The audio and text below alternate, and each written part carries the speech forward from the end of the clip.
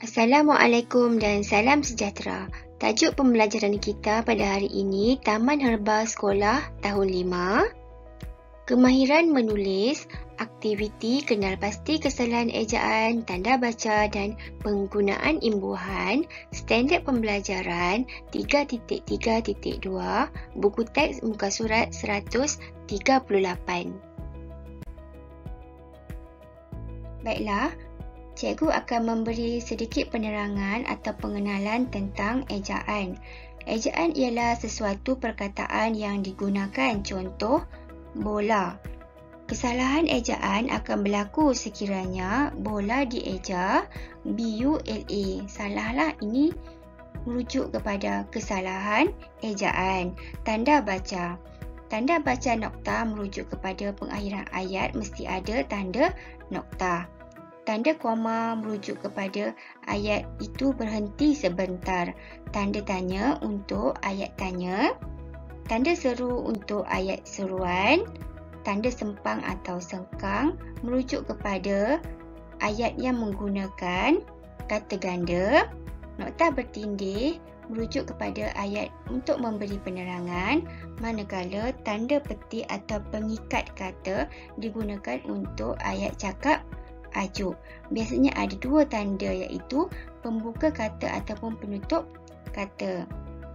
Penggunaan imbuhan merujuk kepada imbuhan mem, meng, ber, peng, di dan banyak lagi murid-murid.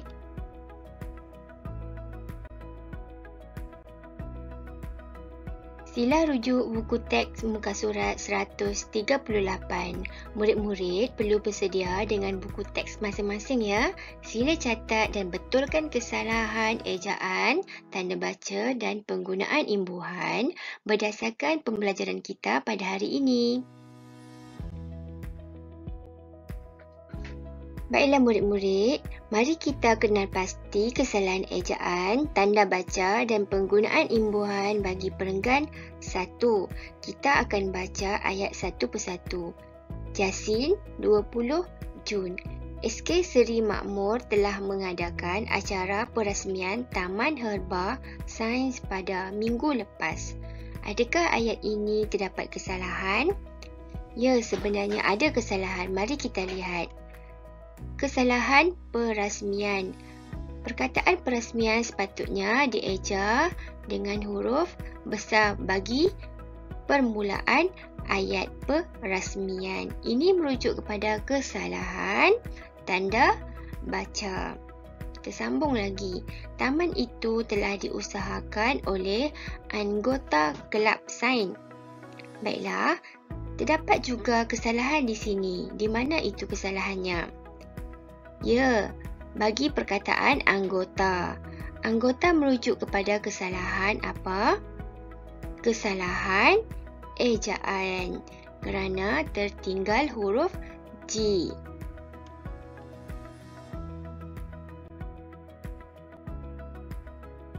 Seterusnya, perenggan 2. Taman itu diwujudkan untuk memberi murid pendidikan tentang khasiat tumbuhan herba. Baiklah, adakah terdapat kesalahan dalam ayat ini? Sebenarnya ada kesalahan. Mari kita lihat. Bagi perkataan tumbuhan, merujuk kepada kesalahan apa? Ya, ini merujuk kepada kesalahan ejaan. Ejaan yang betul ialah tumbuhan, bukan tumbuhan. Kita sambung lagi. Oleh itu, terdapat pelbagai jenis tanaman herba dan organik yang mampu mengobati beberapa masalah kesihatan secara tradisional di situ. Baiklah, adakah terdapat kesalahan bagi ayat kedua dalam perenggan 2 ini? Mari kita lihat bersama-sama. Ya, ini merujuk kepada kesalahan apa? Perkataan jenis. Sebenarnya jenis merujuk kepada kesalahan ejaan. Ejaan yang sebetulnya ialah jenis, N-I-S, bukannya N-I-S. Seterusnya, mari kita lihat lagi. perkataan organik. Organik juga merujuk kepada kesalahan ejaan.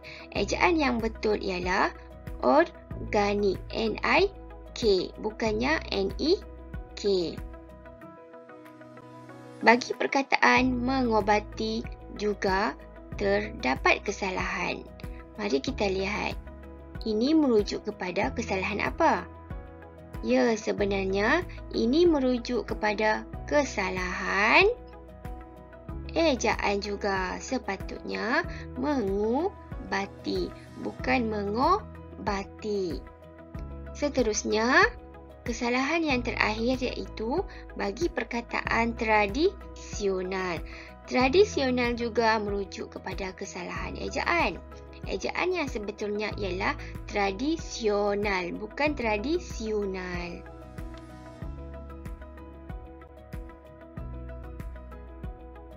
Perenggan 3. Projek Taman Herba itu melibatkan kerjasama pelbagai pihak.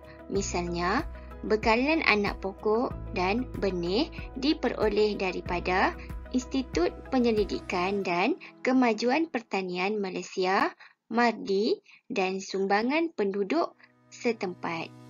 Baiklah, adakah terdapat kesalahan dalam ayat ini? Ya, sebenarnya memang ada kesalahan. Mari kita lihat kesalahan yang pertama. Kesalahan tanda baca. Ini merujuk kepada tanda seru. Tanda apakah yang sesuai yang sebetulnya? Ya, sebenarnya tanda noktah di sini. Baiklah, kita lihat kesalahan yang seterusnya. Institut. I. Penyelidikan. P. Kemajuan. K. Pertanian. P. Dan Malaysia. M. MARDI merujuk kepada akronim. Biasanya, perkataan akronim akan diambil pada mula ayat ataupun suku kata pertama, huruf pertama. Mestilah dieja dengan huruf besar. Sepatutnya dieja begini. Institut Penyelidikan dan Kemajuan Pertanian Malaysia. Setiap huruf pertama bagi perkataan akronim mesti ditulis dengan huruf besar.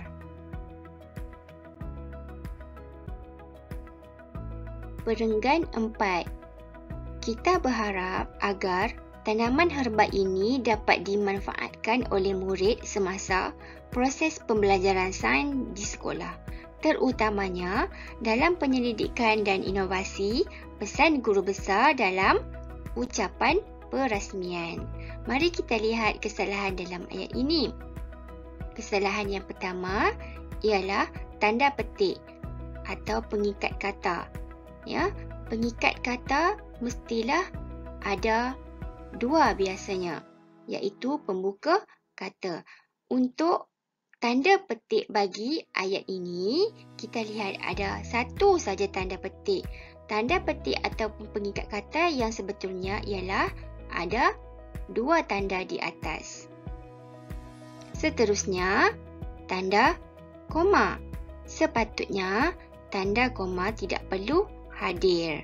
Ya, tiada tanda koma di sini. Seterusnya, tanda petik yang kedua.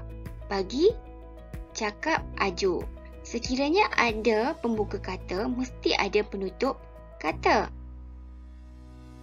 Baiklah, penutup kata juga sama. Mesti ada tanda dua petik di hujung dan juga dua tanda petik di hadapan ayat. Seterusnya, kesalahan pesan. Mengapa salah? Baiklah, tanda ataupun perkataan pesan merujuk kepada kesalahan tanda baca. Kesalahan ini kerana ejaan pesan ataupun P mestilah bermula dengan huruf kecil selepas ayat cakap ajuk.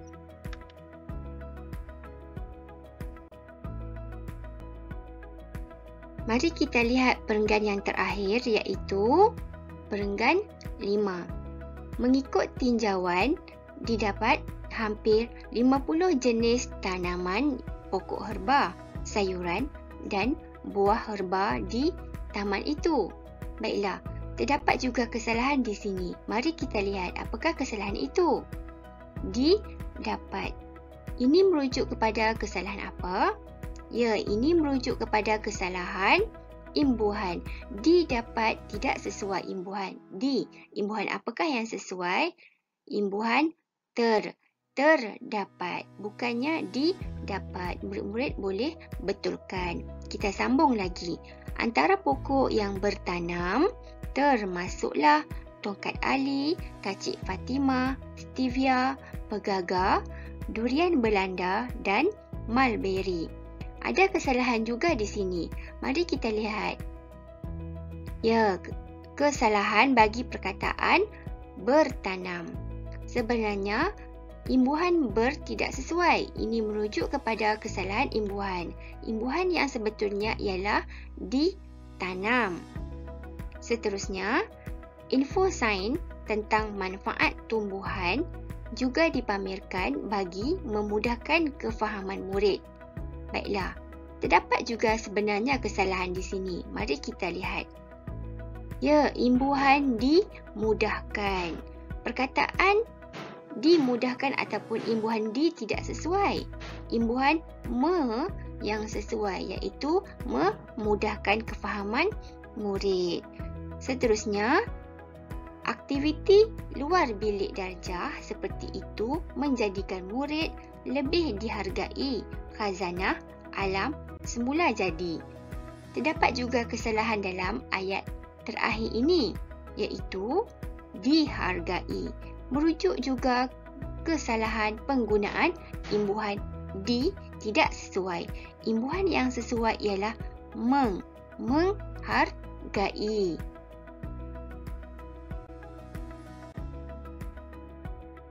Semoga murid-murid dapat memahami pembelajaran pada hari ini dan diminta untuk menyalin semula perenggan yang telah diedit kesalahan, ejaan, tanda baca dan penggunaan imbuhan dengan kemas. Kamu diminta untuk memaklumkan kepada cikgu setelah selesai tugasan yang telah diberi. Tugasan pada hari ini, jangan lupa untuk tulis hari dan tarikh. Tajuk, kamu juga boleh merujuk kembali apa yang telah kita belajar pada hari ini ya. Baiklah, kamu diminta untuk menyalin semua perenggan yang telah dimurnikan kesalahan ejaan, tanda baca dan penggunaan imbuhan. Contoh cikgu telah berikan, kamu juga boleh menggunakan warna atau garis perkataan yang terdapat kesalahan ejaan, tanda baca dan penggunaan imbuhan dengan kemas. Itu sahaja. Terima kasih.